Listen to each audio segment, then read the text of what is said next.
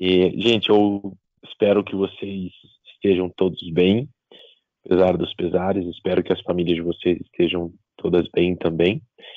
E bom a gente estar junto de novo, né? Vamos passear um pouco pela Escócia dessa vez.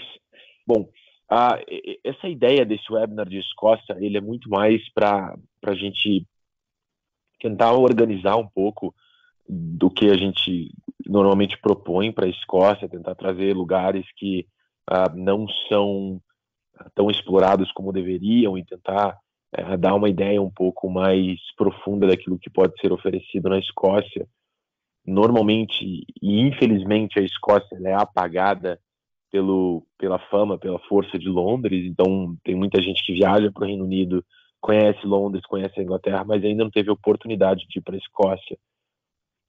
Então a ideia é trabalhar bastante com imagens, principalmente quando a gente chegar na área de terras altas, na região dos lagos, nas ilhas, para tentar trazer esse impacto de toda a questão das paisagens, da natureza, da beleza natural da Escócia, e ao mesmo tempo trabalhar com toda a parte histórica e cultural, que é muito forte em toda a Escócia, tá bom? Esse mapinha mostra para vocês para onde a gente vai nessa nossa viagem.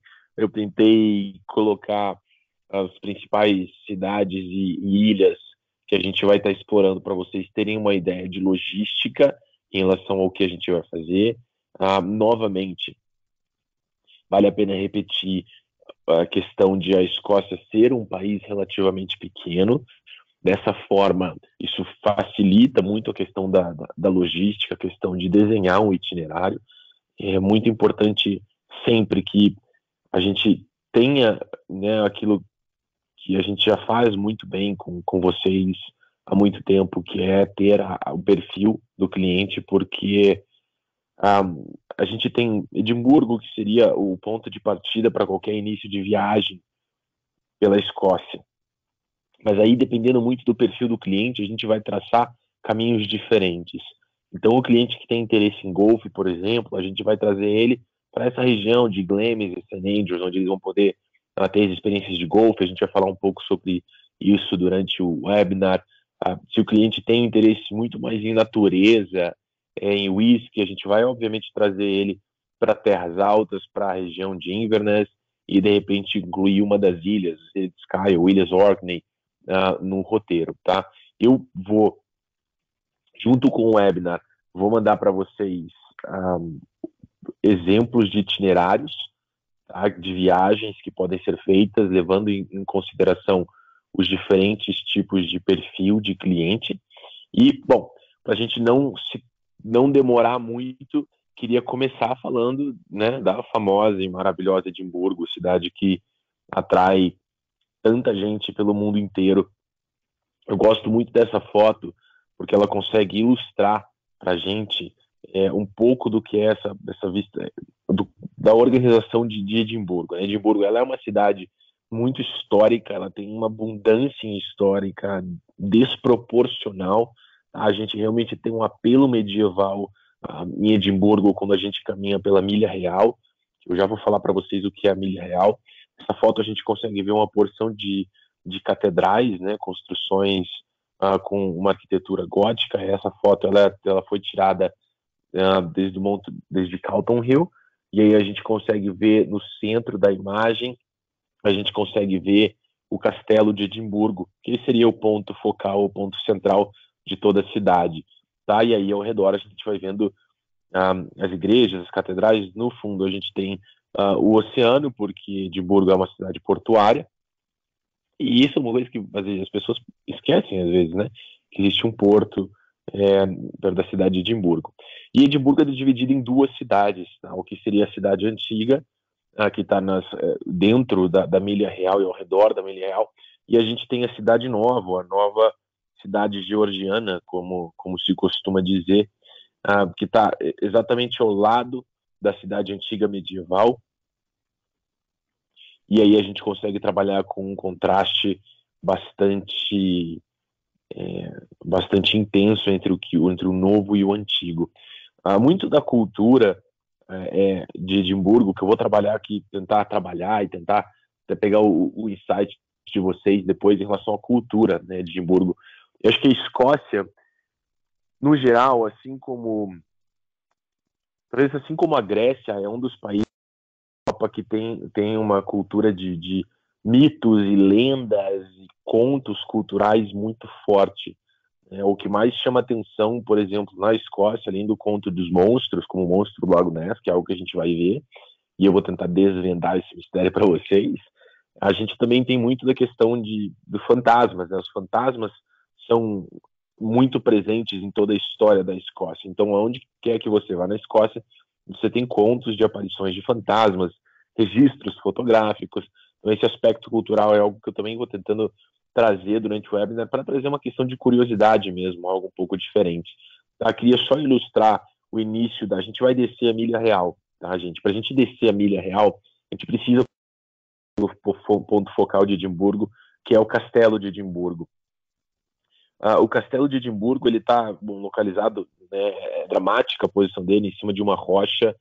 Desse lado onde foi tirada a foto, a gente tem Jardins da Princesa, tá? E do outro lado a gente tem a Milha Real. Então, a Milha Real, ela é cerca de 1,6 quilômetros de uma cidade medieval que se estende desde o Castelo de Edimburgo, descendo, né, downhill, até o Palácio de Holyrood, que é a residência da rainha quando ela está na Escócia. Esse é o trecho que a gente chama de Milha Real, tá?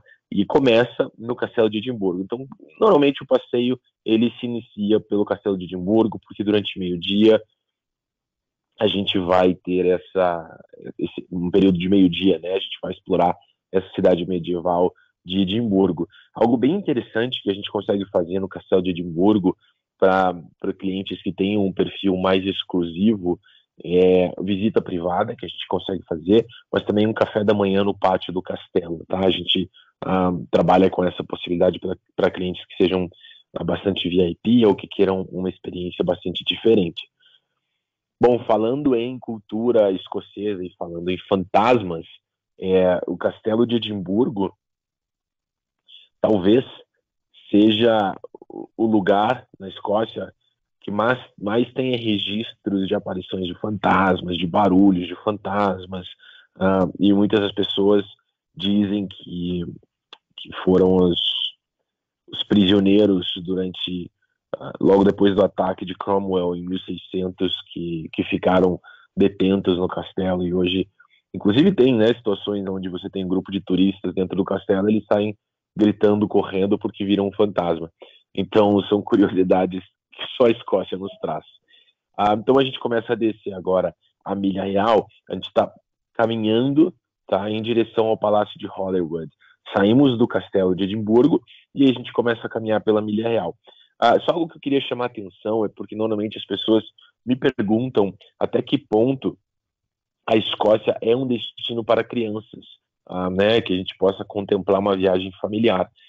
E eu realmente acho, gente, que a Escócia talvez seja um dos destinos mais maravilhosos para você poder levar crianças, porque você tem todo esse apelo medieval, você tem muita lenda, muito mito, conto de fantasma, conto do monstro do Lago Ness, a gente tem as tavernas, né? A gente tem vilarejos extremamente medievais, ruínas de castelos, paisagens maravilhosas. Tem muita coisa que chama a atenção de crianças, e também a gente tem na Milha Real atrações para famílias. A Câmara Escura, por exemplo, e o Mundo de Ilusões seriam dois atrativos para famílias. Por exemplo, na Câmara Escura, a criança pode entrar nesse aparelho onde ela consegue ter ilusões óticas e vistas panorâmicas de Edimburgo, como Edimburgo era 150 anos atrás, 100 anos atrás, e tudo isso de uma maneira muito interativa. Então, normalmente, se a criança fica entediada um pouco com a questão histórica, porque a Milha Real vai trazer muito da história, né? A história do Castelo de Edimburgo, a história da Catedral de St. Giles, a história do Palácio de Holyrood. Então, a gente consegue incluir isso justamente para trazer um apelo um pouco diferente. Um ponto, acho que o ponto focal entre o Palácio de Holyrood e o Castelo de Edimburgo é a Catedral de St. Giles.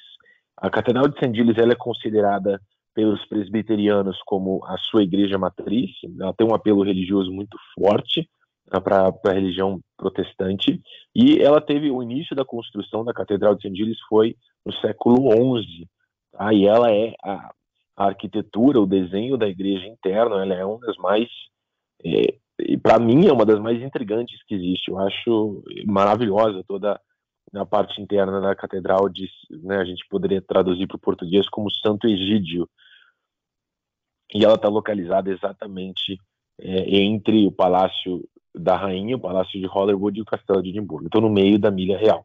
E aí a gente chega até o final da caminhada da Milha Real, que seria o Palácio da Rainha, residência da Rainha quando ela está na Escócia, o Palácio de Holyrood. Merece uma visita, né, em situações em que a Rainha decide ir para a Escócia, as visitas, obviamente, elas são canceladas, isso pode ser até um last minute, então isso a gente precisa ter essa flexibilidade, principalmente tratando de Reino Unido. E aí a gente também tem os jardins do Palácio de Holyrood, que normalmente os clientes que são mais jovens gostam de caminhar. Tem até uma montanha que se chama o Trono de Arthur, e essa montanha você pode caminhar desde o Palácio de Holyrood, e ela permite que você tenha vistas maravilhosas de toda a cidade de Edimburgo. No entanto, é muito íngreme essa montanha, então é necessário que os clientes tenham um mínimo de condicionamento físico para conseguir subir e descer, né? Também tem que descer a montanha depois. Então esse seria a principal parte da cidade medieval antiga de Edimburgo. Para quem ainda não conhece, espero que eu tenha conseguido dar uma ideia do que é a cidade antiga de Edimburgo. Um outro ponto que é muito interessante, que a gente ainda não promove da maneira como deveria promover, é o Royal Yacht Britannia, que foi o barco, né, da rainha por mais de 40 anos. Como se foi a residência flutuante da rainha por mais de 40 anos e hoje está ancorado no porto de Edimburgo. Lembra que eu falei para vocês, né? Edimburgo é uma cidade portuária e a gente normalmente esquece disso. Então, a ideia é que os clientes possam conhecer o Royal Yacht Britannia e, né, ter um pouco mais dessa imersão na questão histórica da família real. Mas algo muito interessante, e vocês sabem, gente, que eu costumo não falar muito de hotel para honrar a imparcialidade que a Abercrombie tem com os hotéis que ela contrata, tá, na Europa. Mas alguns eu tenho que mencionar. Eu vou mencionar alguns durante a Escócia, porque eles acabam sendo uma atração por serem muito diferentes. E um dos hotéis que eu queria mencionar para vocês é o Fingal Hotel. O Fingal é um hotel que está localizado dentro do Yacht Britannia. Então, se os clientes forem para Edimburgo e quiserem uma experiência um pouco diferente, de repente não quiserem um hotel 5 estrelas clássico como o Balmoral, a gente consegue trabalhar com o Fingal Hotel, que está dentro do Yacht Britannia. É uma experiência super diferente e que pode se tornar muito atrativa dependendo do perfil do cliente. Algo que eu adoro de Escócia, né, parte cultural, eu já acho que já deixei isso muito claro, porque falando um pouco de como eu sou atraído pela cultura da Escócia, e os escoceses, eles têm muito orgulho de se proclamar uma das cidades com o maior número de festivais por ano no mundo inteiro. Queria pontuar 3 festivais, na verdade, para vocês que eu acho bastante interessante e que podem podem se tornar até uma força motor para uma eventual promoção, uma eventual ação de marketing. O primeiro deles, gente, essa foto aqui, vocês vão achar que eu estou ficando louco indo para Nova Zelândia, mas não estou, tá? É uma demonstração que existe durante o Edinburgh Military Tattoo, que acaba sendo um desfile militar que acontece durante o mês de agosto, todos os anos durante o mês de agosto, todas as noites. A parada militar acontece no pátio do Castelo de Edimburgo, então o pátio é todo esvaziado, o pátio do castelo, o castelo iluminado, então o governo escocês considera a parada militar em agosto no Castelo de Edimburgo como sendo o maior evento da Escócia. Existe um alto investimento, uma alta organização envolvida nesse evento, tá? É algo que pessoas do mundo inteiro vêm para ver, tá? Vão para Edimburgo para ver. E trabalha também muito com a questão da cultura, né? Acho que a parte mais emocionante da parada militar de Edimburgo é quando a gente tem, no final, um soldado escocês fardado, né, com a sua saia tradicional, e ele desce todo o pátio do Castelo de Edimburgo tocando gaita fólica, e você tem silêncio na multidão e só um soldado descendo, marchando, tocando a sua gaita fólica, de algo de arrepiar, de verdade. Junto com a parada militar, com Edinburgh's Military Tattoo, a gente tem também algo que os escoceses chamam de Festival Fringe. O Festival Fringe é uma série de eventos, concertos, teatros, que acontecem durante o dia na cidade de Edimburgo. Então, se o cliente está indo para ver a parada militar, ele pode, durante o dia, aproveitar também o Festival Fringe e ver, né, desfrutar de outras opções culturais que vai ter durante o dia. Só deixa eu pontuar, gente, agosto é um dos melhores meses para visitar a Escócia. Tá? Então, o cliente que tenha interesse em ir para a Escócia, ou se vocês estão pensando em promover a Escócia, seria excelente utilizar o mês de agosto para conseguir fazer essa promoção, né, vinculada a uma ação de marketing bem estruturada, porque a Escócia, ela, por si só, ela se vende sozinha. Quando você trabalha com eventos dessa grandeza, né, e dessa peculiaridade, a gente consegue ter uma força muito maior. Um outro festival que eu adoro, que eu ainda não fui, quero muito ir, gente. Se eu tiver parceiros aí até para ir esse ano, eu estou pensando. E eu acho que é algo bem legal para a gente promover ainda nesse ano. Eu acho que vai cair muito bem para 2020. É a celebração do Ano Novo na Escócia. Muito famosa a celebração que é feita na Escócia, principalmente nas ruas de Edimburgo, que é chamado Hogmanay. O que é o Hogmanay? É uma tradição que começou, né, ela tem início, os historiadores dizem que o início dessa celebração de Hogmanay, que é feita na Escócia, ela tem início durante o período dos Vikings, tá? Porque os Vikings celebravam o solstício de inverno com as suas festas selvagens. Isso acontecia no final de dezembro, o que seria hoje esse período de celebração do Ano Novo. Então, o Hogmanay começa no dia 30 de dezembro, com a procissão das tochas, pela Milha Real. Gente, isso é muito legal. É toda a Milha Real durante a noite, e você passa com a multidão, com as tochas. E aí, no dia 31, a gente tem a festa na Cidade Nova. Isso aqui já é a Cidade Nova de Edimburgo, tá? Acho que a roda gigante fala por si só, né, gente? Mas só para deixar bem claro. E aí, dia 1º também você tem mais festividades. Então, todo esse feriado que a gente consideraria 30, 31 e 1º, né, de dezembro e janeiro, seria algo muito legal para ser promocionado. E até vou dar uma ideia para vocês, tá, gente?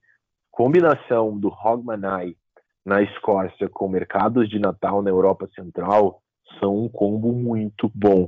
Então, uma visita de mercado de Natal na Alemanha, na Áustria, para tomar o avião, ir até a Escócia e passar o Hogmanay. Bom, vamos sair de Edimburgo, porque eu já gastei bastante tempo aqui, o tempo de vocês falando de Edimburgo, e vamos para St. Andrews. Um pouco ao norte de Edimburgo, St. Andrews, muito famosa pelos campos de golfe. Mas antes de eu falar um pouco do golfe, vamos falar da Catedral de St. Andrews, que é a catedral, na verdade, são ruínas, né? Ela é muito famosa porque ela tem uma beleza única, ela está numa posição bastante diferenciada, mas também algo que atrai muito as pessoas para a Catedral de St. Andrews são os fantasmas, né?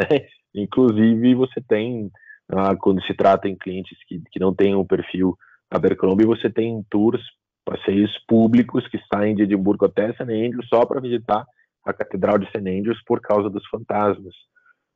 Então, de novo, essa é a cultura, um pouco da cultura local escocesa. E a senhora fantasma que reina nesse castelo, segundo as aparições das pessoas, seria The White Lady, ou a Senhora Branca. E aí falamos do que realmente atrai a maioria dos clientes latinos para St. Andrews, que é o Old Course St. Andrews e a possibilidade de jogar golfe em um dos campos de golfe mais famosos do mundo.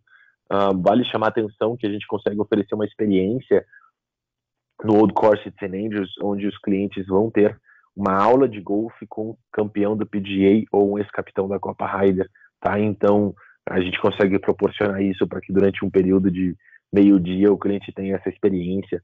Aqueles que são amantes do golfe com certeza vão adorar essa experiência.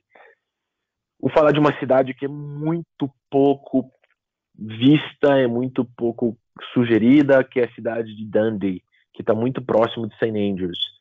Dundee é considerada a cidade mais quente da Escócia, né, o que é um ponto positivo para quem está planejando visitar a Escócia no inverno, mas Dundee é uma cidade que vai atender a um perfil muito específico de cliente, que é o cliente que tem muito interesse com arte, arquitetura e design. Tá? Dundee é uma cidade considerada pela Unesco, a Unesco chama Unesco City of Design, e também é a casa do único museu V&A fora de Londres.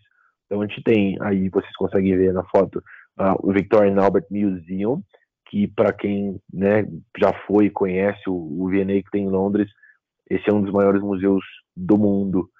E aí a gente tem também essa possibilidade de misturar a arte com design e arquitetura na cidade de Dundee, que seria uma visita, um stop em caminho para algum outro lugar, tá?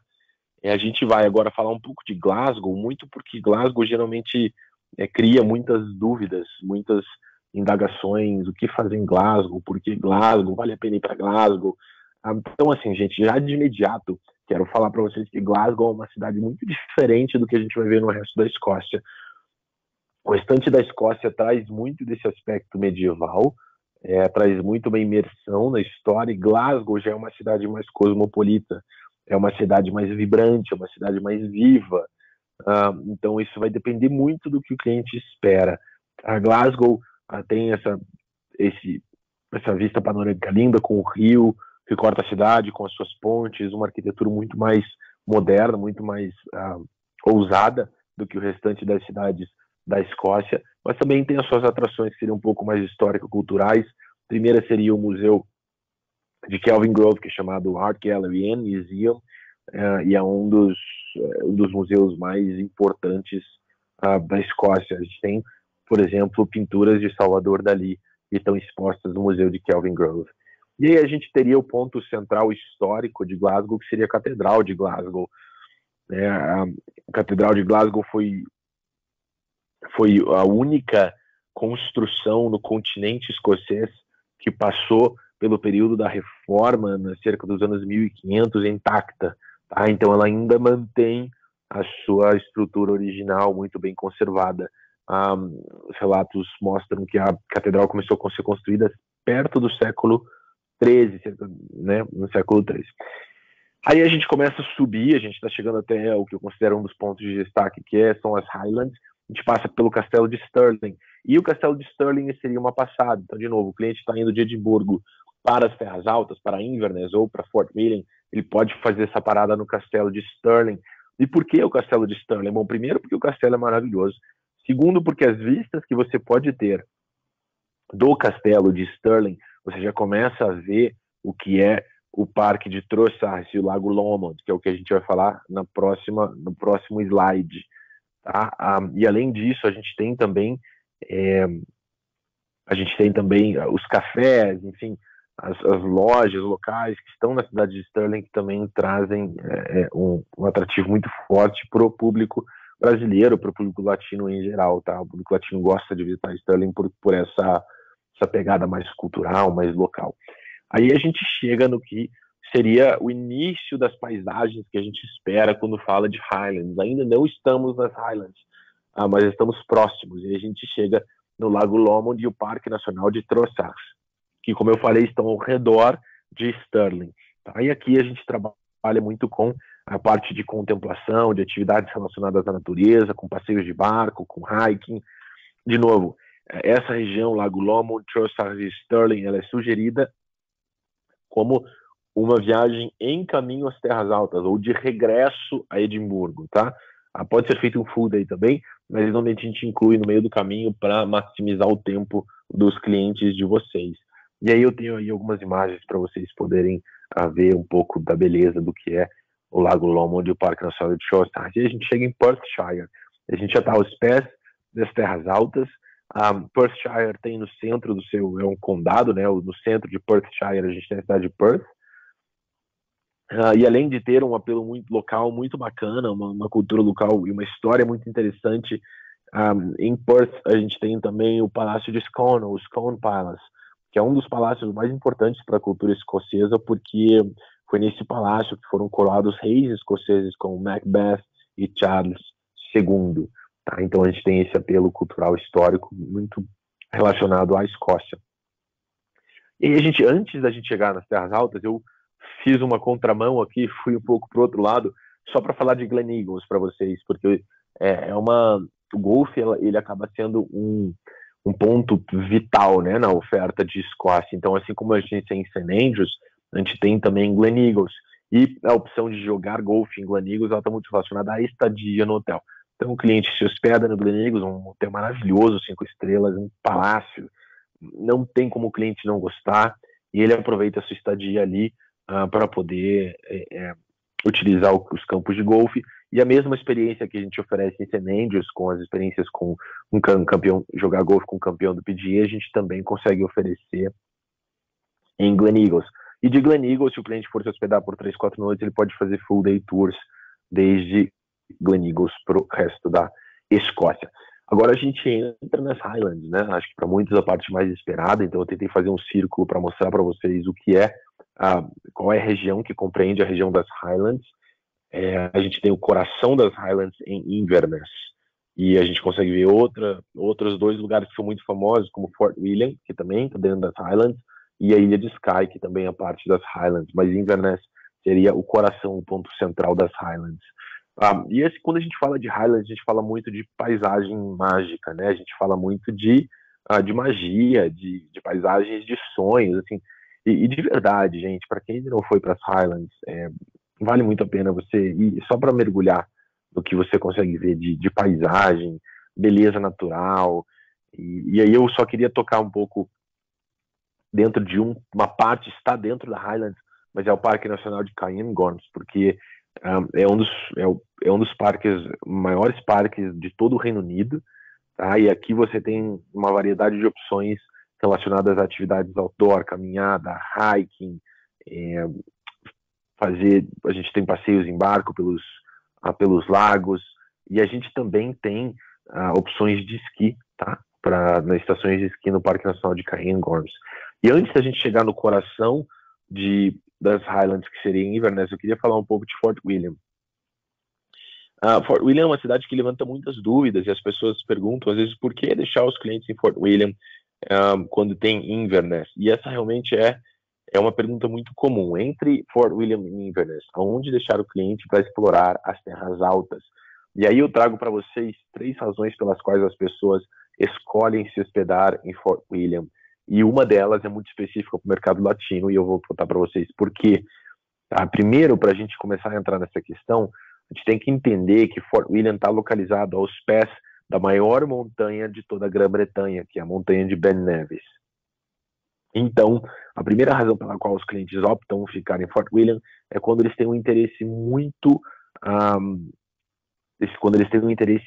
forte em fazer esqui, tá? Porque tem estações de esqui na montanha de Ben Nevis, você pode esquiar, ou quando os clientes querem fazer um passeio pelo Jacobite Express, que é o famoso trem, né, de fumaça que foi muito bem promovido dentro dos filmes de Harry Potter.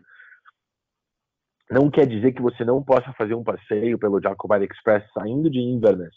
Quer dizer que de Fort William é muito mais perto, tá? Então essa seria a segunda razão. O Jacobite Express ele para em vilarejos, tá? Ele vai chegar até o Lago Nevis. Ele passa pelo Lago Nevis, ele vai até o vilarejo de Glenfinnan, e essa ponte que vocês estão vendo é a famosa ponte de Glenfinnan. E a terceira razão pela qual os clientes elegem se hospedar em Fort William é para ter a experiência de ficar no castelo de Inverloch, e esse é o motivo pelo qual os latinos normalmente optam por Fort William, é ter uma experiência de se hospedar num castelo de verdade mágico. Acho que esse é o castelo mais bem mais único que existe em toda a Europa, tá, gente? A disponibilidade é muito baixa, então a reserva tem que ser feita com muito tempo de antecedência. Queria só mostrar para vocês um pouco das fotos de Ben Nevis, que eu falei bastante no começo, mas para vocês terem uma ideia do que é essa região que está ao redor, tá vendo? Os vilarejos embaixo, tem uma região muito linda para quem tem esse apego à natureza, tá? E de novo, fotos das estações onde os clientes podem esquiar quando eles estiverem em Ben Nevis. E aí a gente chega até Inverness, o coração das Terras Altas, e né, o que mais chama atenção em toda essa região, também muito pela proximidade ao Lago Ness e a fama que o Lago Ness tem por causa do monstro do Lago Ness, que a gente já vai falar. Inverness é uma cidade tem muito mais opção de entretenimento, muito mais opção cultural, uma cidade maior do que Fort William. Então, se o cliente não tem um interesse exclusivo em se hospedar no Inverloch ou esquiar em Ben Nevis, eu sugiro sempre que a estadia seja em Inverness. É uma pegada muito mais cultural, é muito mais local, você realmente se sente imerso, né, nas Highlands quando você está em Inverness. E a cidade é muito linda para caminhar à noite. Você tem, na cidade antiga de Inverness, é um aspecto muito mais medieval, e tem muito mais opções de restaurante, enfim, entretenimento, bares. Inverness, para mim, é uma opção muito mais plausível para o latino do que Fort William, salvo as exceções que a gente já mencionou. E aí a gente entra, talvez, em um dos pontos mais famosos da cultura escocesa, que é o monstro do Lago Ness. Mas antes de eu falar do monstro do Lago Ness, eu queria falar do castelo de Urquhart, que é esse castelo que vocês estão vendo no centro da foto. Na verdade, são ruínas, tá? Obviamente, esse é um castelo assombrado, obviamente, esse é um castelo que tem fantasmas, como a maioria dos castelos na Escócia, né, gente? Então a gente tem aí os relatos de aparições de fantasmas também nas ruínas do castelo de Urquhart. E o monstro do Lago Ness? Ele existe porque é um mito, né? Um mito, e às vezes a gente não sabe. Existem relatos fotográficos, tem uma foto que foi tirada há algumas décadas que trouxe o que seria a cabeça do monstro do Lago Ness, e tem muita coisa que vocês vão achar na internet que é fake, tá, gente? Então cuidado com isso, eu posso mandar para vocês a foto que é verdadeira. Mas eu sou um pouco cético em relação a isso, né, pessoalmente falando, mas uma das coisas que mais me chamou a atenção é o fato de a gente ter um barco com pescadores que eles estavam viajando pelo Lago Ness e eles tinham o seu sonar, o sonar estava funcionando e o sonar apontou para um objeto no fundo do lago. E o sonar apontava que esse objeto tinha uma extensão, eu não sei exatamente quantos metros, mas era um objeto muito grande e que ele mudava de velocidade. E esse objeto também ele mudava a sua profundidade em relação ao barco. E aí, às vezes o objeto desaparecia, às vezes ele voltava em posições diferentes do lago. Então esse foi o relato, talvez um pouco mais científico, que mais tenha dado credibilidade para a história do monstro do Lago Ness. Então é algo que, sim, pode ser vendido como um aspecto cultural, como um atrativo cultural. E a gente vai falar, né, muito de golfe, paisagens e whisky, e história, quando a gente fala de Escócia. E eu queria não sou experto em whisky, mas só queria mencionar para vocês que a gente vai falar um pouco agora das opções de degustação de whisky, de destilarias pela Escócia, mas só queria falar para vocês que a razão pela qual a Escócia é muito famosa com a produção de whisky é exatamente pela pureza da água. Então, né, os pesquisadores dizem que a pureza da água que sai das montanhas e permeia os rios das terras altas é uma água de altíssima qualidade, por isso eles conseguem produzir whiskies de tão alta qualidade. Queria mostrar para vocês o que é o roteiro mais famoso quando se trata de degustação de whisky, que é o roteiro de Speyside. Ele começa em Inverness, então aqui vocês podem ver Inverness, tá? E ele entra pelas Highlands e ele vai seguir a rota do Rio Spey, tá? Por isso o nome Speyside River. E aí a gente tem aqui, numerando 1, 2, 3, 4, a gente tem 9 opções de destilarias. Mas, gente, assim, fica importante entender que só na rota do whisky de Spey, só ao redor do rio Spey, nós temos mais de 50 opções de destilaria. E a gente está falando de um trecho das Highlands. Tá? Se engana quem acha que a cultura do whisky na Escócia só existe nas Highlands e que a única rota do whisky é a rota do Spey, que segue o rio Spey. Existe whisky em toda a Escócia. Highlands, Midlands, Lowlands, ilhas.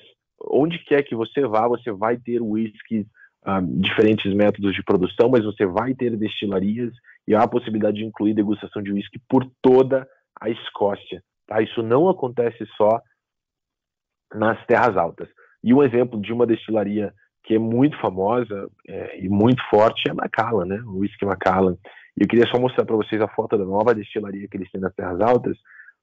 Foi um investimento de mais de 190 milhões de dólares para conseguir trazer, né, uma destilaria que ela é muito mais moderna. Então traz um contraste muito legal, porque você tem algo deste porte, dessa modernidade em meio às terras altas, mas também você, dependendo do cliente, você vai trazer algo muito mais comercial, né? Então, se o cliente está buscando algo mais local, mais peculiar, a gente trabalha com as destilarias menores. Agora a gente vai para a parte final do nosso webinar, que é explorar um pouco das ilhas. Eu queria só falar para vocês que esse mapa, essas ilhas que eu estou apontando aqui para vocês com a flecha, sendo as ilhas Shetland, na verdade elas estão muito mais ao norte, tá? Só que para efeitos de visualização gráfica, eu puxei elas um pouco mais para baixo, mas elas estão muito mais ao norte. Então, por favor, ignorem o posicionamento geográfico delas nesse mapa. A gente vai falar um pouco das ilhas Orkney, ilhas de Lewis and Harris, ilha de Skye, ilha de Slay. Deixei as outras um pouco de lado, porque eu acho que essas seriam as 4 mais interessantes, talvez, para o público latino, e trago também as razões pelas quais visitar cada uma delas. E a primeira eu já vou dizer de cara, gente, é a minha favorita, Ilha de Skye. Minha favorita me ganhou pela beleza. Não existe nada específico. Vem aqui para degustar uísque, ou vem aqui porque existe uma ruína do período X, ou vem aqui porque... Não, a Ilha de Skye é puramente a mágica da natureza. A Ilha de Skye é um lugar que a gente leva o cliente para ele absorver a natureza, para ele ter uma viagem slow travel, para ele conseguir apreciar toda essa geografia, esse posicionamento dramático que a Ilha de Skye tem, enfim, como a gente pode apreciar a beleza da natureza na Ilha de Skye. Tá? Parte das Highlands, como eu falei para vocês, então a gente inclui nos passeios de Highlands, a gente sempre põe uma sugestão de visitar a Ilha de Skye. Agora, uma outra ilha que aí sim tem um porquê muito especial, de uma razão pela qual visitar, a Ilha de Slay. E a Ilha de Slay, ela é incluída em viagens nas quais os clientes têm um interesse específico em degustação de whisky, porque a Ilha de Slay produz, ela é muito conhecida pelos seus whiskies com um gosto mais amadeirado, um sabor mais forte, tá? Alguns dos expertos em whisky falam que o whisky da Ilha de Slay é o melhor whisky do mundo. Então, de novo, há uma razão, um motivo muito específico pelo qual a gente incluiria a Ilha de Slay, seria para os amantes de whisky. A paisagem é muito bonita, mas se você for comparar paisagem por paisagem, a Ilha de Skye é muito melhor, tá? Se o cliente tiver interesse em whisky, aí a gente direciona para a Ilha de Slay. Outra ilha que chama muita atenção pela beleza é a Ilha de Lewis and Harris. Então eu tenho certeza que se a gente mostrar essa foto para qualquer pessoa que não conhece tão bem a Escócia e perguntar aonde foi tirada essa foto, a pessoa, você pode dar 20 chances que ela não vai acertar a Escócia, né, gente? Porque lembra muito o Mediterrâneo, essa água com uma cor azul turquesa, enfim, praia de areia. E aí a gente tem um outro fato que chama muito atenção para as ilhas de Lewis and Harris, que são as pedras de Callanish. Elas têm cerca de 5 mil anos de história, são famosas ao redor do mundo. Para os apaixonados por Outlander, também aparecem Outlander. Falando nisso, gente, se vocês não assistem Outlander, essa época de quarentena que a gente tá, eu super recomendo Outlander para vocês assistirem. É maravilhoso, assim, você consegue ter uma ideia muito mais profunda até da parte histórico-cultural da Escócia, tá? Mas voltando para as pedras de Callanish, são muito similares ao que a gente vê em Stonehenge, na Inglaterra. Tá? Ela tem, sim, toda uma história religiosa, existiam rituais que eram feitos aqui há mais de 2.000 anos atrás. Ela tem os seus mistérios, assim como Stonehenge, em relação ao nascer do sol, em determinadas partes do ano. Então, para quem tem mais tempo, Ilhas de Lewis and Harris seria uma inclusão pela questão da beleza natural e pela parte histórica. Agora, se nós formos falar de história e interesse em história da humanidade, tá? Não só a história local escocesa ou britânica, seriam as Ilhas Orkney. Eu acho as Ilhas Orkney, das ilhas que eu estou mostrando para vocês, a que mais intriga, é a que mais tem magia no ar, é uma coisa muito de energia, assim, algo muito, muito lindo você ir nas Ilhas Orkney. Ela vai lembrar um pouco da costa da Irlanda, pela geografia, pela paisagem em determinados momentos, e além da beleza, a gente tem uma história estarrecedora dentro das Ilhas Orkney. O primeiro ponto seria o Anel de Brodgar, que é muito similar às Pedras de Callanish, que eu mostrei para vocês agora, tá? Então, a gente tem um contexto histórico de que eram mais de 60 pedras que foram levantadas, pedras que pesam toneladas, e estão numa ilha, e foram encontrados mais de 13 locais de enterro, onde obviamente os historiadores creem que era, né, considerado o cemitério nessa época. E assim, é a mesma magia de quem encontrou em Stonehenge vai encontrar nas Pedras de Callanish, vai encontrar no Anel de Brodgar também, tá? Então, de novo, existe também essa questão de rituais religiosos que eram feitos ao redor das pedras, e que chama muito, talvez, só saindo um pouco aqui, que eu não me seguro, às vezes, gente, mas existe uma conexão muito legal, toda essa questão mística e espiritual que o Reino Unido pode trazer, não só com a Escócia, mas com a Inglaterra também. Tá? Então a gente tem as Brumas de Avalon, toda a história das Brumas de Avalon, a gente tem Stonehenge, a gente tem todos esses lugares históricos na Escócia. Então, de novo, mais uma ideia de um itinerário que pode ser feito, agora não só pela Escócia, mas pelo Reino Unido também. Agora, o ponto que eu deixei por último e que mais me surpreendeu e que mais me surpreende até hoje é Skarabrae. Eu acho que, não sei se algum de vocês conhecia Skarabrae, ou já tinha ouvido falar em Skarabrae, porque normalmente a gente não menciona Skarabrae, né? E Skarabrae é uma cidade que foi descoberta há cerca de 150 anos depois de uma tempestade. Então, teve uma tempestade muito forte nas Ilhas Orkney e as pessoas começaram a ver que existia algo debaixo da terra. E aí escavaram e descobriram essa cidade neolítica, né, do período neolítico. Gente, essa cidade, né, eles trazem provas de que a cidade foi construída há mais de 5.000 anos atrás. Isso quer dizer que antes das pirâmides no Egito existirem, já existia Skarabrae, e já existia uma comunidade organizada, né, vivendo no norte da Escócia, nas Ilhas Orkney. E isso se conecta muito com o Anel de Brodgar, né, que eu mencionei antes. Então, assim, essa questão de pura história, ela é muito forte na Escócia, se torna ainda mais forte nas ilhas, como vocês podem ver. Estou finalizando, gente. Antes de finalizar, tem 2 pontinhos que eu queria falar para vocês. O primeiro é em relação à aurora boreal. Muita gente me pergunta se a aurora boreal pode ser vista desde a Escócia. E sim, ela pode ser vista. Tá? Ela pode ser vista desde as terras altas de algumas das ilhas e sempre na época de caça à aurora boreal, que vai de novembro a fevereiro. A gente tem até, né, situações, elas acontecem frequentemente, que as pessoas podem ver até a aurora boreal do parque de Cairngorms, que foi um dos parques que eu mostrei para vocês no início da apresentação. Fechar como tentando trazer para vocês a ideia da Escócia como a terra dos castelos, né? A gente normalmente fala de Alemanha quando a gente fala de castelos, é muito Alemanha, mas a Escócia também é uma terra de castelos, muito embora os castelos na Alemanha eles sejam mais coloridos, talvez com um design mais refinado, uma arquitetura mais refinada, mas a Escócia, para mim, é um dos países mais medievais em toda a Europa e tem os seus castelos também.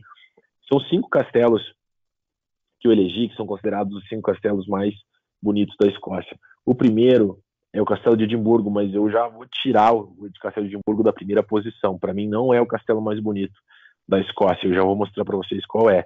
Tá? Um outro castelo muito interessante que fica perto perto da costa de Argyll é o Castelo de Kilchurn. Tá? Ele está à beira do Lago Owe Então também pela posição, pelas ruínas, pelo aspecto medieval, também é considerado um dos castelos mais bonitos da Escócia. A maioria deles está nas Terras Altas, tá, gente? Salvo o castelo de Edimburgo.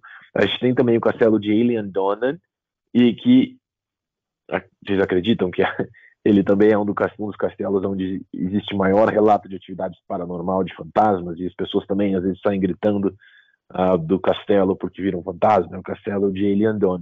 Mas embora, além dessa história de fantasmas, é um dos castelos mais fotografados em toda a Europa, tá? Justamente pela posição dele. Ele está em meio às Terras Altas, numa ilha, num lago cercado por montanhas, um aspecto totalmente medieval. Para mim, ele ganha o segundo lugar de castelo mais bonito da Escócia, o castelo de Eilean. E aí, o outro castelo que eu vou mostrar para vocês, o penúltimo, é o castelo de Glamis. Tá? E, de novo, vale a pena lembrar que a cidade de Glamis está muito próxima de St. Andrews. Então, normalmente, o cliente que vai para St. Andrews para ter experiência de golfe ou para visitar a Catedral de St. Andrews, a gente também inclui uma visita ao castelo ao castelo de Glamis. Então tem muita história relacionada à cultura escocesa no castelo de Glamis. E eu deixei por último o castelo que eu considero o mais bonito de toda a Escócia, que é o castelo de Dunrobin, que está localizado nas Terras Altas, é o maior castelo no norte da Escócia, o castelo de Dunrobin. Não sei se vocês concordam comigo, mas entre os 5 castelos eleitos os mais bonitos da Escócia, de longe, eu elijo o Dunrobin como castelo número 1. Gente, eu queria agradecer muito pela atenção de vocês. Espero que tenha dado para dar uma ideia do que fazer a Escócia, trazer algumas coisas diferentes, né? Tentei trabalhar com alguns aperitivos culturais, alguns fatos históricos. A gente fala muito de whisky, mas a gastronomia na Escócia é muito diferente também. A gente tem uma gastronomia muito peculiar, muito diferente da Inglaterra, porque a Inglaterra às vezes deixa a desejar nesse quesito de gastronomia local. Então, eu realmente espero que tenha ajudado vocês, que possa ter dado aí alguma ideia do que se fazer na Escócia.